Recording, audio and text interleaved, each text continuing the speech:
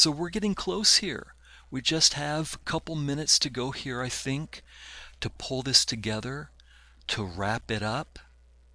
And so I'm taking a look, and I am coming back in now and hitting that last fine-tuning, some of those edges that I promised, figuring out where some of the crisp edges need to go, where some of the lightening and darkening, pushing and pulling the value structure so that I do get that clear three-dimensional read on that two-dimensional surface.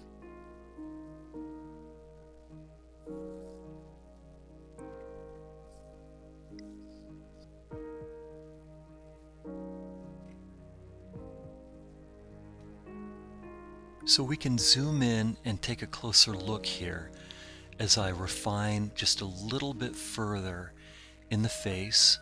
I want to come in there, and I just need the tip of that kneaded eraser. You see that I've worked it into a tip there because I need those little highlights to read to give a little more information to the eye. Those are top planes there. Those eyelids, they have top planes and a little bit of light's catching there, and that's going to give me a little more information in the eye and a little bit of a suggestion of a finish there. That form I'm hitting right now, it's curving towards the light, so it's picking up a little bit of a highlight. So I can hit the highlights along that top plane.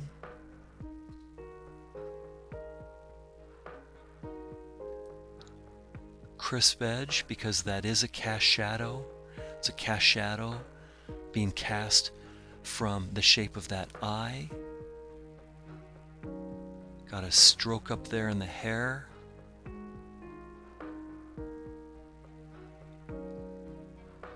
A nice bit of highlight hitting right there at the crest of the neck.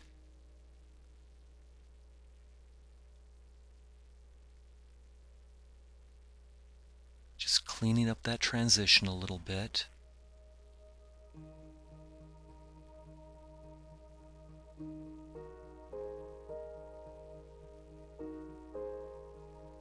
Okay, and I think we've got it.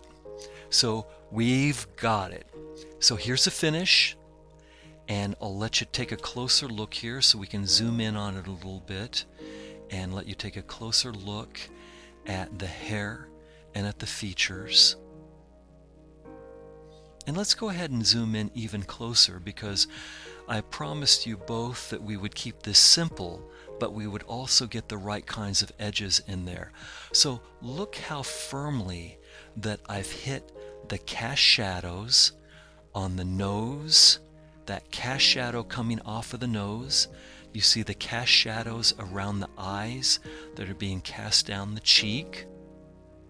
So throughout the drawing, the face, the features, and even in the hair, I have committed to where the crisp, sharp edges are from the cast shadows and the soft, turning forms. And I've gotten some nice dark halftones in there, halftone light, but they're dark enough to really turn those forms. But I've made sure, even in the lightest part of the shadow, that those shadows get darker. And even with that much contrast, value contrast and edge contrast, I believe we've kept the soft, full-featured, feminine nature of the subject without running into that problem that we've been discussing. We really can put all of the contrast and a full range of value and maintain the nature and the likeness of this particular model. And I very much hope that this has been a useful demonstration for you. So it's a good time for a break. Good time for me to take a little bit of a break and come back fresh, and same for you. So when we come back for part 2, we're going to do it again, but with a very different model. See you in a minute.